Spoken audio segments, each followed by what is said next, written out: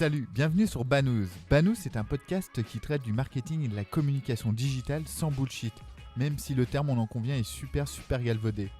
En tout cas, Banous est un podcast sincère qui ne repose que sur l'intérêt que l'on porte à nos invités. C'est garanti sans incentive ni clic de validation. N'oubliez pas, votre aide nous est précieuse. En likant, en partageant, en mettant 5 étoiles par exemple sur iTunes, vous nous encouragez à poursuivre ce side project. Merci d'avance. Banous, c'est parti. Bonjour Kevin. Bonjour Laurent. Merci pour ta participation au podcast Banous. Avant de parler chatbot, est-ce que tu peux te présenter ? Oui, avec plaisir. Donc moi, je suis le cofondateur de KickMyBot.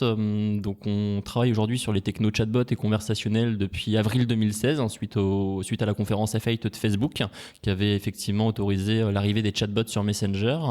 Et j'ai un passif plutôt communicant, avec une expérience au sein de l'agence The Social Republic MyRH Community, sur lequel on accompagnait effectivement des clients sur la brique Community Management. Et à l'époque, je travaillais effectivement dans l'environnement média chez Figaro sur la gestion de vente d'annonces. Peux-tu nous faire un état des lieux ou définir finalement ce que c'est un chatbot ? Oui, alors au choix, globalement, on peut définir un chatbot comme un agent conversationnel qui va être en mesure de comprendre une requête utilisateur et de l'orienter effectivement vers la meilleure réponse possible.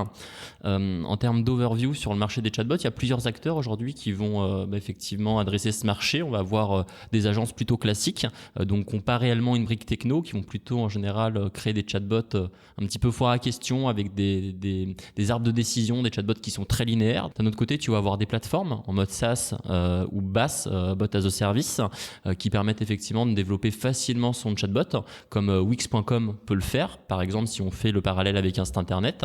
Et enfin, tu as des acteurs comme nous qui vont proposer aux utilisateurs de faire des chatbots sur mesure, enfin plutôt aux entreprises de développer des chatbots sur mesure. Donc là, globalement, c'est le segment sur lequel on se positionne.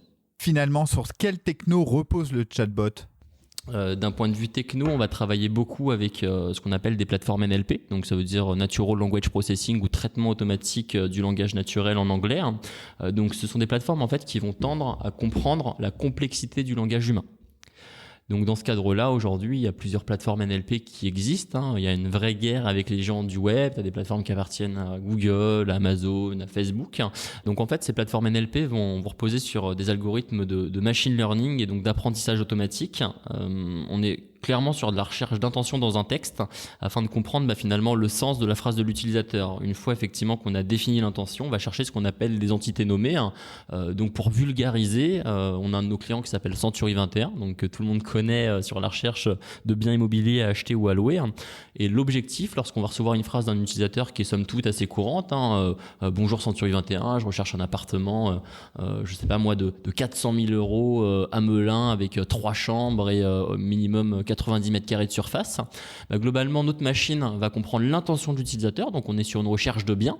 Et ensuite, on va chercher ce qu'on appelle des entités nommées, donc ce ne sont pas des mots-clés, mais c'est tous les éléments clés qui vont nous aider à affiner la réponse auprès de l'utilisateur. C'est-à-dire, tu peux donner des exemples concrets ? Oui, bien sûr. Donc, les entités, ça va être effectivement 400 000 euros. On sait qu'on n'est pas sur une location, mais un achat d'appartement. Donc là, c'est évident.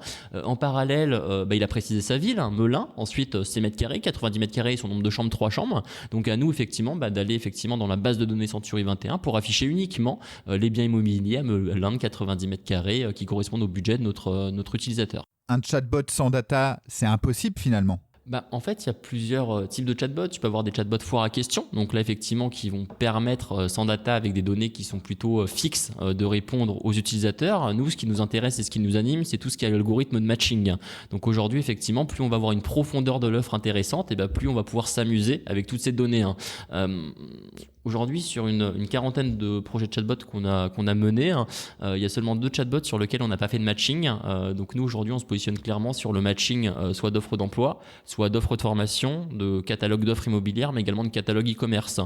Pour Century 20, pour notre client Conforama, par exemple, c'était un petit peu compliqué de se positionner sur un chatbot qui va effectivement absorber l'intégralité de leur catalogue e-commerce. Donc on avait choisi des verticales, type la télévision ou la literie. Donc tu as un utilisateur qui pouvait aller sur Messenger, demander au chatbot effectivement de lui trouver la télé Samsung avec un budget entre 1000 et 1500 euros pour avoir, je sais pas, une télé 4K ou Full HD avec 3 ports HDMI et une clé USB. Et effectivement, on le trouvait en une microseconde.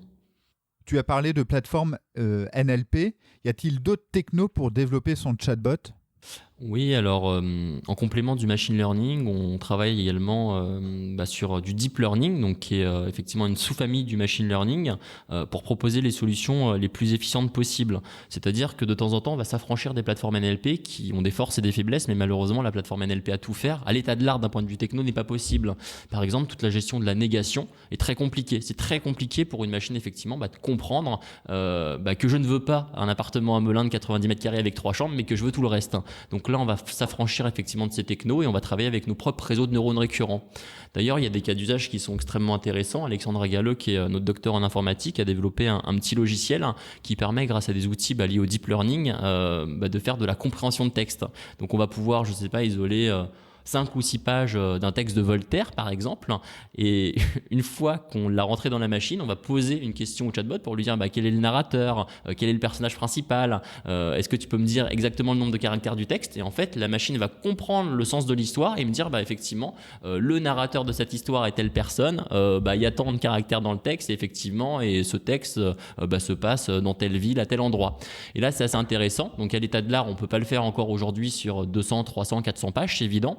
Mais nous, notre vision, c'est de se dire que d'ici quelques temps, on pourra effectivement sur un site internet absorber l'intégralité des contenus, les comprendre et orienter l'utilisateur vers la réponse qui correspond en tout cas le mieux à sa requête. En regardant le web, j'ai vu pas mal de chatbots par thématique. C'est à cause de la techno actuelle ou on pourrait faire un chatbot universel ? Non, en fait, je pense que c'est plutôt un petit peu l'histoire des associés côté KickMyBot. On a tous un passif qui est très fort côté RH et emploi, c'est-à-dire qu'on a tous travaillé au sein du groupe Figaro Classifieds sur effectivement la vente d'offres d'emploi.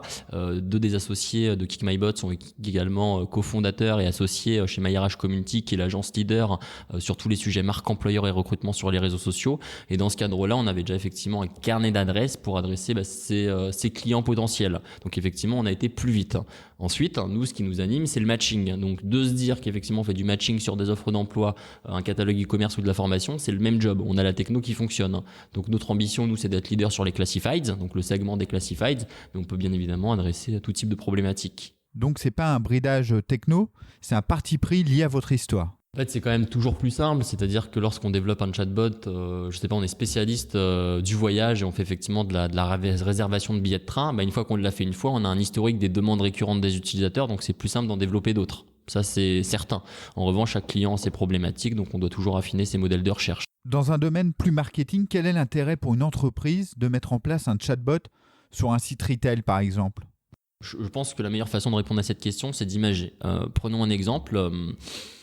Je suis un client potentiel pour Adidas. Donc aujourd'hui, je mets au running pour trouver ma paire de chaussures. C'est un petit peu compliqué. Je ne sais pas du tout par où commencer. En revanche, que ce soit sur le site, sur Messenger, sur WhatsApp, sur Google Home par exemple, peu importe le canal sur lequel je vais entrer en contact avec la marque, c'est extrêmement simple de me laisser guider. Donc je vais commencer à parler au chatbot pour lui dire « Ok, salut Adidas, je veux mettre au running ». Qu'est-ce que tu me proposes comme super chaussure ? Le chatbot va me répondre, il va me dire « Ok Kevin, j'ai bien compris que tu te mets au running, donc tu es débutant. Est-ce que tu peux me dire près de chez toi, est-ce que tu vas courir sur route, dans les champs ou effectivement sur piste ?»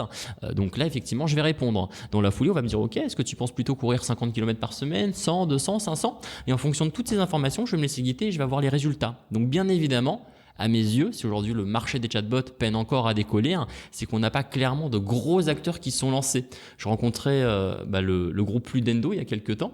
Et dans ce cadre-là, imaginez, vous êtes sur Messenger, ils ont, 150 000 ou 200 000 fans sur Facebook. Et on va pouvoir faire ce qu'on appelle du social commerce. Donc, admettons, effectivement, je suis sur Facebook, je parle à la grande récré, je vais lui dire, OK, je vais acheter un jouet pour ma nièce. Est-ce que tu as des jouets, la Reine des Neiges ? Dans la foulée, le chatbot va me répondre, OK, est-ce que tu veux Anna, Elsa ou Olaf ? Je vais dire Olaf. Et dans la foulée, une fois que j'ai dit que je voulais Olaf, on va me dire, OK, est-ce que tu veux une poupée ? Est-ce que tu veux un goodies ? Est-ce que tu veux un vélo ? Donc je vais choisir une goodies et là effectivement on va me proposer soit une peluche Olaf, soit effectivement un jouet ou une poupée. Donc là c'est vraiment cool. En 3 secondes je me suis fait aiguiller sans chercher sur un site dans des onglets, des sous-onglets, des sous-sous-onglets. D'accord. Est-ce que tu as des stats marketing sur lesquels tu peux communiquer ? Oui, alors là, on en a plusieurs. Lorsqu'on parle d'un chatbot sur site internet, en général, ce qui est assez cool pour nos clients, c'est que c'est un formidable levier pour faire de la rétention d'utilisateurs. Souvent, mes clients me disent, tu sais Kevin, sur les réseaux sociaux, on est dans du snacking de contenu, on perd l'attention des utilisateurs, on n'arrive pas à garder quelqu'un captif plus de 15 ou 20 secondes. Sur les chatbots, ce qui est intéressant, c'est que la première conversation entre les chatbots de nos clients et les utilisateurs durent en moyenne 7 minutes. Alors que parfois, on va avoir des clients qui ont des taux de rebond de 45, 50 secondes ou 1 minute sur leur site. Donc là, premier levier, le chatbot va permettre de faire de la rétention d'utilisateurs, de visiteurs uniques. Deuxième levier, sur la partie plutôt chatbot sur Messenger, c'est le taux d'ouverture. Lorsque j'envoie un message à un utilisateur sur Messenger, 98% du temps, il est ouvert dans les 2 heures. Donc là, c'est assez canon, on est vraiment dans l'instant. Et ensuite, effectivement, des stats, là, ça va varier vraiment de pas mal de modèles. Sur site internet, en général, c'est un utilisateur sur 3 qui parle au chatbot, qu'on est plutôt sur du B2C. Qu'on est sur du B2C, ça va être un utilisateur, qu'on est sur du B2B, ça va être un utilisateur sur 10 qui parle au chatbot. En termes de gestion de trafic qui sont sur les sites, là, je peux malheureusement ne donner que des cas d'usage par vertical métier. Si on prend effectivement nos clients qui sont sur effectivement les offres d'emploi, donc là, on a pas mal de hauteur puisqu'on a une vingtaine de clients qu'on accompagne sur des chatbots recrutement. En général, on a un taux de conversion qui est de l'ordre de 4 à 13% pour les plus performants. Formulé différemment, lorsque je suis un candidat, je sais pas, je suis sur le site l'oréal.com ou adeco.fr, peu importe, je demande un job de cariste à Lyon, je reçois entre 4 et 13 CV à l'issue de la conversation. Ce qui est génial parce qu'il faut le mettre en perspective avec les sites emploi. Par exemple, j'ai une annonce, je sais pas moi, sur un site emploi type Monster. Mon annonce, elle est vue 800 fois, mais en moyenne, je reçois entre 15 et 25 CV. Donc, on passe d'un taux de transformation de 2% et demi à 4% et plus grâce au chatbot. Donc, la conversation booste la rétention et la candidature sur ce cas d'usage précis. Si on fait un peu de prospective, comment vois-tu l'évolution du marché ?